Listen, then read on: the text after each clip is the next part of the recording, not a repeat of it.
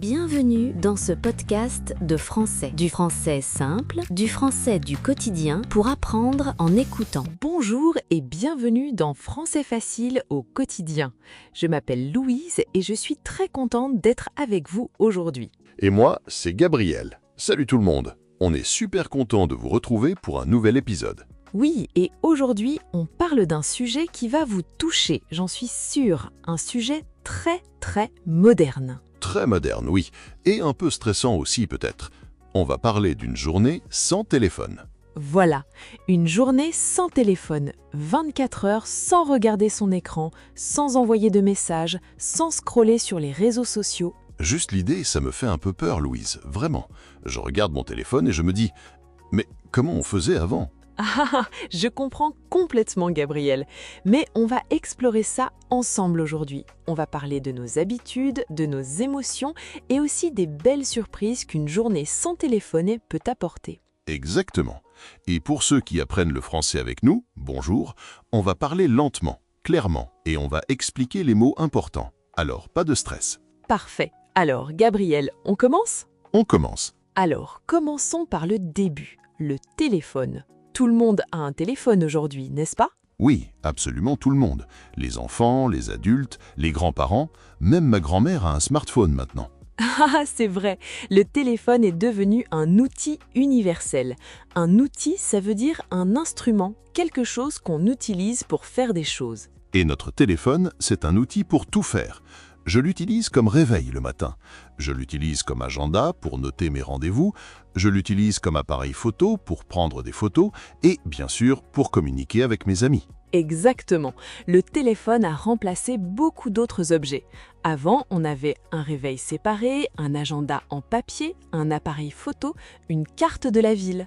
Et maintenant, tout est dans ce petit rectangle qu'on tient dans la main. C'est incroyable quand on y pense. Oui, c'est vraiment incroyable. Mais est-ce que c'est toujours une bonne chose ? Est-ce que dépendre autant de son téléphone, c'est positif ? Ah, voilà la grande question. Dépendre, ça veut dire ne pas pouvoir vivre sans quelque chose, comme dépendre du café le matin, par exemple. Oui, je dépends complètement du café. Mais le téléphone, c'est encore plus fort, parce que le téléphone, c'est aussi une façon de fuir la réalité. Fuir la réalité, c'est une expression importante. Fuir, ça veut dire partir, s'échapper. Quand on est dans le bus et qu'on s'ennuie, qu'est-ce qu'on fait ? On prend le téléphone. Exactement. Quand on est dans une situation difficile, quand on ne veut pas penser à quelque chose, on prend le téléphone. C'est notre façon de fuir. Et ça, c'est quelque chose qu'on a tous fait, je pense. Moi, la première. Quand je suis stressée, je regarde Instagram pendant 20 minutes et je me sens mieux. Enfin, pendant 20 minutes. Oui, c'est temporaire. Et c'est là que le problème commence. Le téléphone nous donne un petit soulagement. Un soulagement, c'est un sentiment de légèreté, de « Ah, ça va mieux ». Mais le problème, lui, est toujours là. Très bien dit, Gabriel. Alors, imaginons maintenant une scène. Tu es dans ton salon avec toute ta famille. Tes parents, ton frère ou ta sœur, peut-être des amis. D'accord, j'imagine. Et tout le monde est sur son téléphone. Chacun regarde son propre écran. Vous êtes ensemble dans la même pièce, mais vous vivez dans 4 mondes différents. Oh, c'est tellement vrai. Ça arrive tout le temps. On est physiquement ensemble, mais mentalement, on est chacun dans sa bulle. Sa bulle, ça veut dire son propre petit monde, isolé des autres. Et c'est une contradiction. Une contradiction, c'est quand deux choses ne vont pas ensemble, quand elles se contredisent. Être ensemble, mais être seul en même temps. C'est une contradiction moderne, non ? Complètement. Et je pense que beaucoup d'entre vous, qui nous écoutez, vous avez vécu ça. Peut-être au dîner en famille ou avec des amis au restaurant. Oui, certainement. Alors, comment est-ce qu'on peut changer ça ? On va en parler tout à l'heure, mais avant, Gabriel, parlons de la première minute du matin. Ah oui, la première chose qu'on fait le matin. C'est un moment très révélateur. Révélateur, ça veut dire quelque chose qui montre une vérité cachée. Alors, Gabriel, toi, quand tu te réveilles le matin, quelle est la première chose que tu fais ? Honnêtement, je prends mon téléphone, même avant de dire bonjour à moi-même, avant de m'étirer, avant de regarder par la fenêtre, avant même d'aller aux toilettes. Gabriel ! C'est vrai, je check mes messages, je regarde les notifications, je fais défiler Instagram, et tout ça en moins de 5 minutes après mon réveil. Et tu te sens comment après ça ? Parfois bien, si j'ai un joli message, mais souvent un peu déjà fatigué. comme si le monde entier m'avait sauté dessus avant que je sois vraiment réveillé. Oui, je comprends. Moi, j'essaye de ne pas regarder mon téléphone pendant la première heure du matin. J'essaye, ce n'est pas toujours facile. C'est dur, parce qu'on est obsédé. Obsédé, ça veut dire que ton cerveau ne peut pas arrêter de penser à quelque chose. On est obsédé par nos téléphones. On a besoin de savoir ce qui se passe tout le temps. Et on va revenir sur ce mot « obsédé » plus tard dans notre tour de vocabulaire. Mais avant, on continue notre conversation principale. On va parler maintenant de ce qui se passe quand on enlève le téléphone. Alors Louise, imagine. Demain matin, tu te lèves et ton téléphone est éteint pour toute la journée. Qu'est-ce que tu ressens? Oh là là, je pense que ma première réaction, c'est la panique. Paniquer, ça veut dire avoir très peur très vite. Qui me contacte? Est-ce qu'il y a une urgence? Est-ce que je rate quelque chose d'important? Exactement. Et cette peur de rater quelque chose, en anglais, on dit FOMO, Fear of Missing Out. En français, on pourrait dire la peur de manquer quelque chose. Et c'est très réel pour beaucoup de gens. Très réel, oui.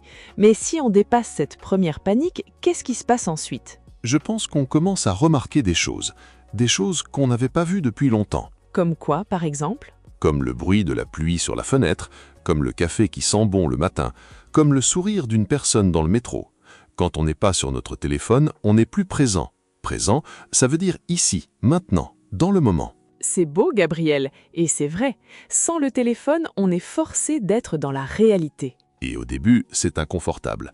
Inconfortable, ça veut dire pas à l'aise, pas confortable, parce qu'on n'est pas habitué. Mais avec le temps, ça devient agréable. Oui, et il y a un autre effet important, la concentration. Sans le téléphone, on peut se concentrer beaucoup plus longtemps sur une seule chose. Ah oui, ça c'est vrai. Tu sais, quand on travaille ou qu'on étudie avec le téléphone à côté, on le regarde toutes les 5 minutes. Juste une seconde. Et 20 minutes ont passé. Juste une seconde. On connaît tous ça.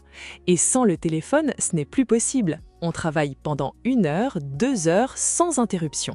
Et on se sent beaucoup plus productif à la fin de la journée. Productif, ça veut dire qu'on a fait beaucoup de choses, qu'on a bien utilisé son temps. Absolument. Mais Gabriel, parlons aussi des émotions. Parce que sans le téléphone, on se retrouve seul avec ses pensées.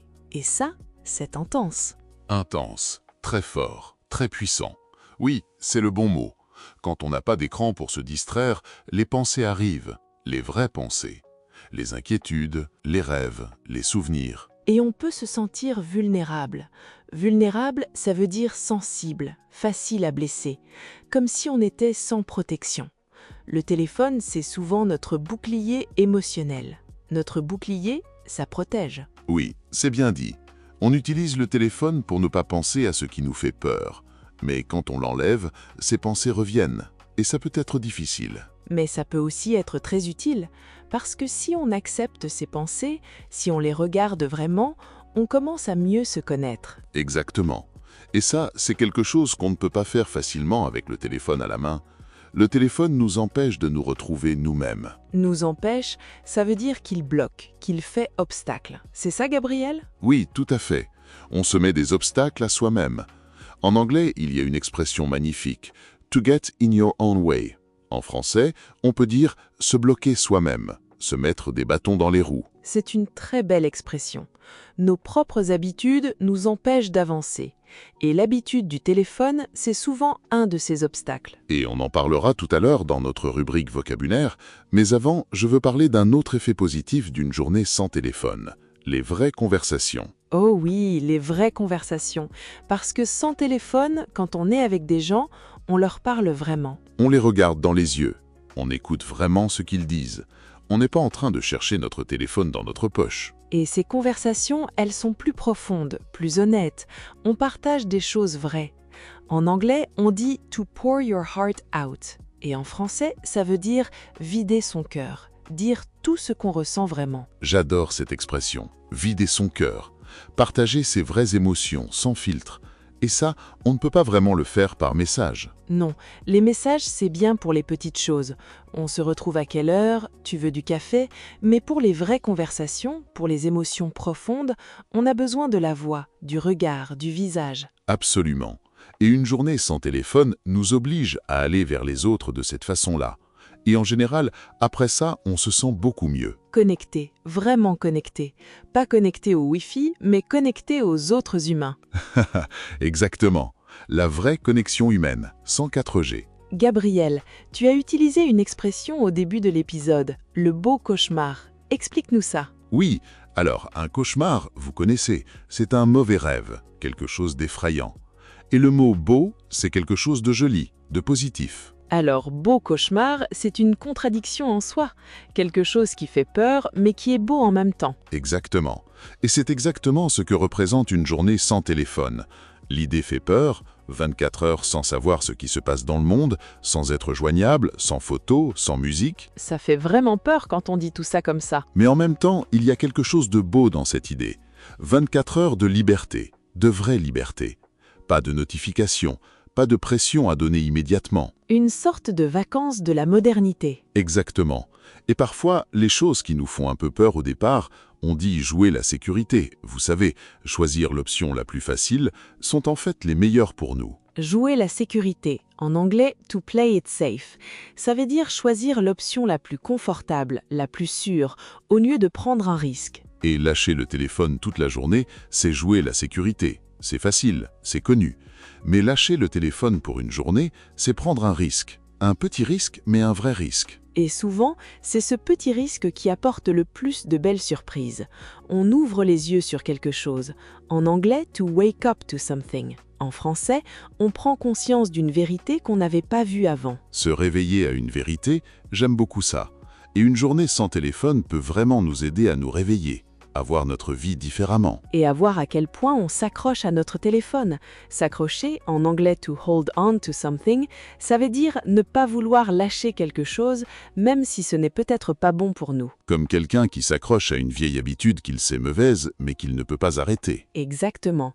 Alors comment commencer ? Comment essayer une journée sans téléphone, ou même juste 1 heure sans téléphone ? Il y a des petits défis qu'on peut essayer. On n'a pas besoin de commencer avec 24 heures d'un coup. On peut commencer petit. Commencer petit, c'est le meilleur conseil, je pense. Par exemple, le matin, au petit déjeuner, on laisse le téléphone dans la chambre. On mange, on boit son café, on regarde par la fenêtre. Juste 10 minutes, 15 minutes, sans téléphone. Et on observe comment on se sent. Observer, ça veut dire regarder, faire attention à ce qui se passe. Et une autre idée, le soir, on ne met pas le téléphone dans la chambre à coucher. On le laisse dans le couloir ou dans le salon. Ah, ça, c'est dur pour beaucoup de gens. Le téléphone dans la chambre, c'est comme un compagnon. On s'endort avec lui, on se réveille avec lui. Mais est-ce que c'est vraiment un bon compagnon ? Est-ce qu'on dort mieux avec le téléphone ? Non. La lumière de l'écran, les notifications, tout ça perturbe le sommeil. Perturber, ça veut dire déranger, gêner. Oui, le téléphone dans la chambre, ça perturbe notre sommeil et notre repos. Et puis un autre petit exercice, pendant une journée, on observe combien de fois on regarde l'heure sur son téléphone ou combien de fois on ouvre une application sans raison précise. Ah, ça, c'est très intéressant, parce qu'on fait ça de façon automatique, sans même s'en rendre compte. On prend le téléphone, on le repose, on le reprend 5 secondes plus tard. C'est un réflexe. Et si on commence à observer ce réflexe, on prend conscience de notre habitude.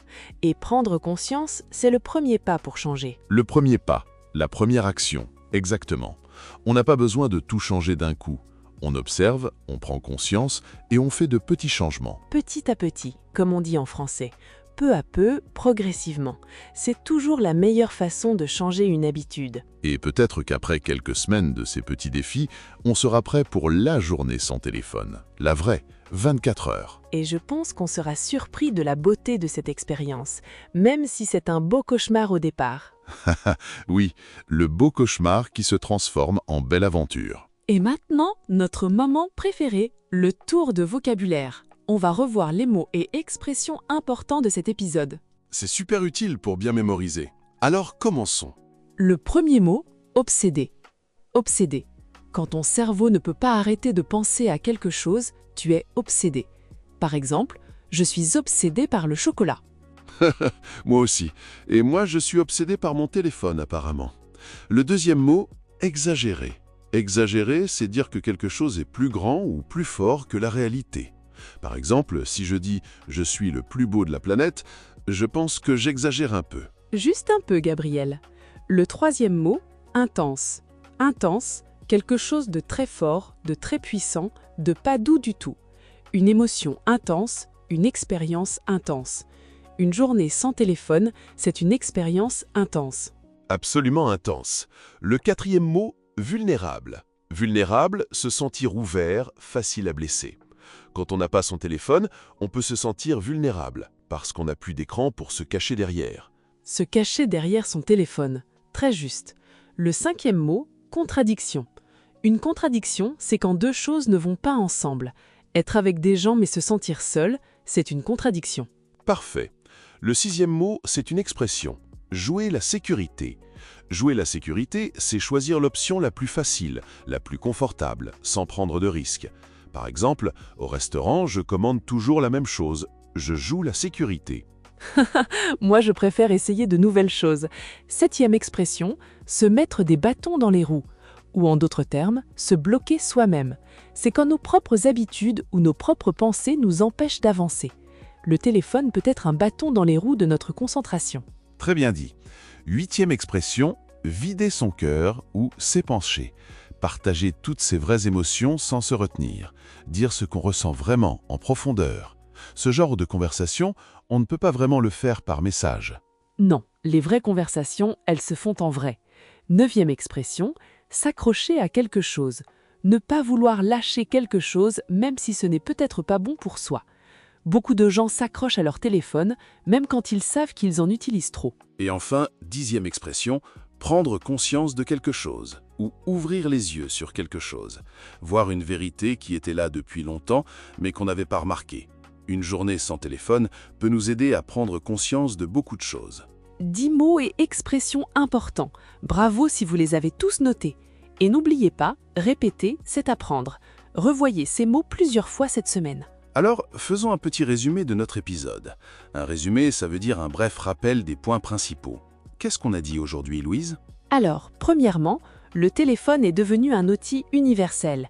Il remplace le réveil, l'agenda, l'appareil photo, la carte, et il nous permet aussi de fuir la réalité. Deuxièmement, on utilise souvent le téléphone de façon automatique, sans raison précise. On est dans notre bulle, même quand on est avec les autres. C'est une contradiction moderne. Troisièmement, une journée sans téléphone peut faire peur. C'est un beau cauchemar. Mais si on essaie, on découvre des choses positives. On se concentre mieux, on est plus présent, on a de vraies conversations. Quatrièmement, sans téléphone, on peut se sentir vulnérable. On est face à nos pensées, sans écran pour se cacher. C'est intense, mais ça peut être très utile pour mieux se connaître. Et cinquièmement, on n'a pas besoin de tout changer d'un coup. On peut commencer petit. Pas de téléphone au petit déjeuner, pas de téléphone dans la chambre le soir. Observez ses habitudes. Petit à petit, on peut changer. C'est ça. Et le vocabulaire de l'épisode, obsédé, exagéré, intense, vulnérable, contradiction, jouer la sécurité, se bloquer soi-même, vider son cœur, s'accrocher, prendre conscience, ce sont des mots très utiles pour parler des émotions et des habitudes en français. Des mots de la vraie vie qu'on peut utiliser dans de vraies conversations. Et voilà, on arrive à la fin de cet épisode de Français facile au quotidien. Merci d'avoir écouté jusqu'au bout. Oui, un grand merci à vous. Écouter un podcast en français, c'est déjà un super exercice pour votre compréhension orale. Alors bravo à vous. Et maintenant, un petit défi pratique pour vous. Cette semaine, essayez une chose, une seule. Pas de téléphone au petit déjeuner ou pas de téléphone dans la chambre le soir. Et observez comment vous vous sentez. Est-ce que c'est difficile? Est-ce que c'est agréable? Vous pouvez nous écrire pour nous dire. On adore avoir de vos nouvelles. Si cet épisode vous a plu, pensez à vous abonner à notre chaîne. Comme ça, vous ne manquez aucun épisode. Et laissez-nous un commentaire, c'est super important pour nous aider à grandir. Vous pouvez aussi partager cet épisode avec quelqu'un qui apprend le français ou avec quelqu'un qui est peut-être un peu trop accroché à son téléphone. Oui, envoyez cet épisode à votre ami qui regarde son téléphone au restaurant. La prochaine fois, on parle d'un autre sujet de la vie quotidienne. On a plein d'idées, alors restez avec nous. Et en attendant, continuez à pratiquer votre français. Parlez, écoutez, lisez, chaque petit effort compte, chaque effort est important. À très bientôt. À bientôt tout le monde. Et n'oubliez pas, le français, ça s'apprend un jour à la fois. Et aujourd'hui, vous avez fait un beau jour. Au revoir. Au revoir tout le monde.